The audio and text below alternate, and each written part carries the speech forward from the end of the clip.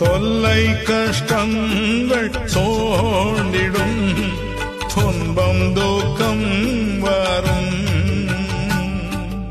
இன்பத்தில் துன்பம் நேர்ந்திடும் இருளாய் தோன்றும் எங்கும் சோதனை வாரும் வேளையில்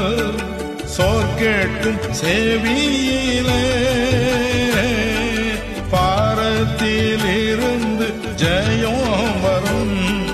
ஹரன் என்னை காக்க பல்லோ காக்கும் வல்லமிழ்